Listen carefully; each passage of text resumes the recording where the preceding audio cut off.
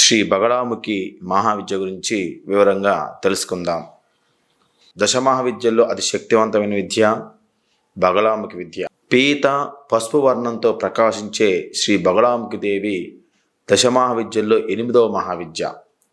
ఈ బగళాముఖి విద్యనే స్తంభన విద్య అని కూడా చెప్తూ ఉంటారు.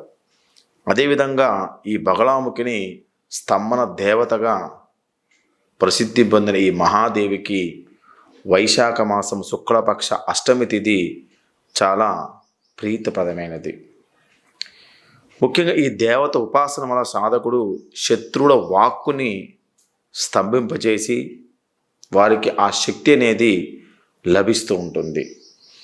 ఇక ముఖ్యంగా మనకి అనేక రకాల కోర్టు సమస్యలు కలుగుతూ ఉంటాయి. ఈ కోర్టు వ్యవహారాల్లో మనకి వాద ప్రతివాద విషయాల్లో ఎదుటి వారి పక్షం వారి మాటని స్తంభింపచేసి వ్యవహార విజయాన్ని సాధకుడికి ప్రసాదిస్తుంది.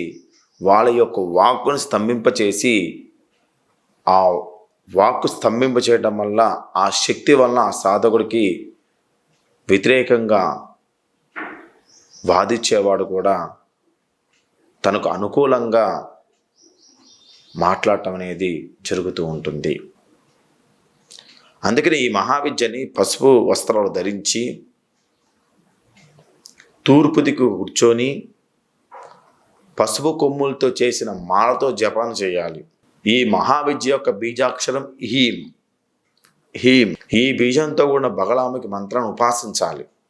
పసుపు రంగు ద్రవ్యాలతోని పసుపు రంగు పూలతోని బగళాముఖిని పూజించి హోమాన్ని నిర్వహిస్తే ఆ సాధకుడు తనతో వాదించేవారు ఎవరైనా సరే, ఎలాగైనా సరే, ఎంతటి వారినైనా సరే వాళ్ళని స్తంభింపజేయగల శక్తి బగళాముఖి ఉంటూ ఉంటుంది. మన శరీరంలో నోటిలో ఉండేటువంటి కొండనాలిక, ఈ కొండనాలికని ఏమంటారు? ఇంద్రయోని అంటారు.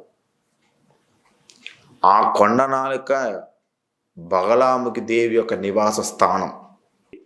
ఎటువంటి సింహాసనం మీద కూర్చోండి తెలుసా? బంగారు సింహాసనం మీద కూర్చొని పసుపు వస్త్రాలు ధరించి బంగారు సింహాసనం మీద కూర్చొని పసుపు వస్త్రాలు మొత్తం కూడా ధరించి 3 నేత్రాలతో ప్రకాశిస్తూ మనం పిలుస్తూ ఉన్నాం.